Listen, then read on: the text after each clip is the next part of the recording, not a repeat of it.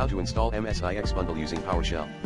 To install MSIXBundle using PowerShell, run the following commands in PowerShell as admin: adobs package path $app file path adobs package path c:\temp /filename.msixbundle. Note: you may need to turn on enable developer mode if you'd use the MSIXBundle to install any non-Microsoft Store apps.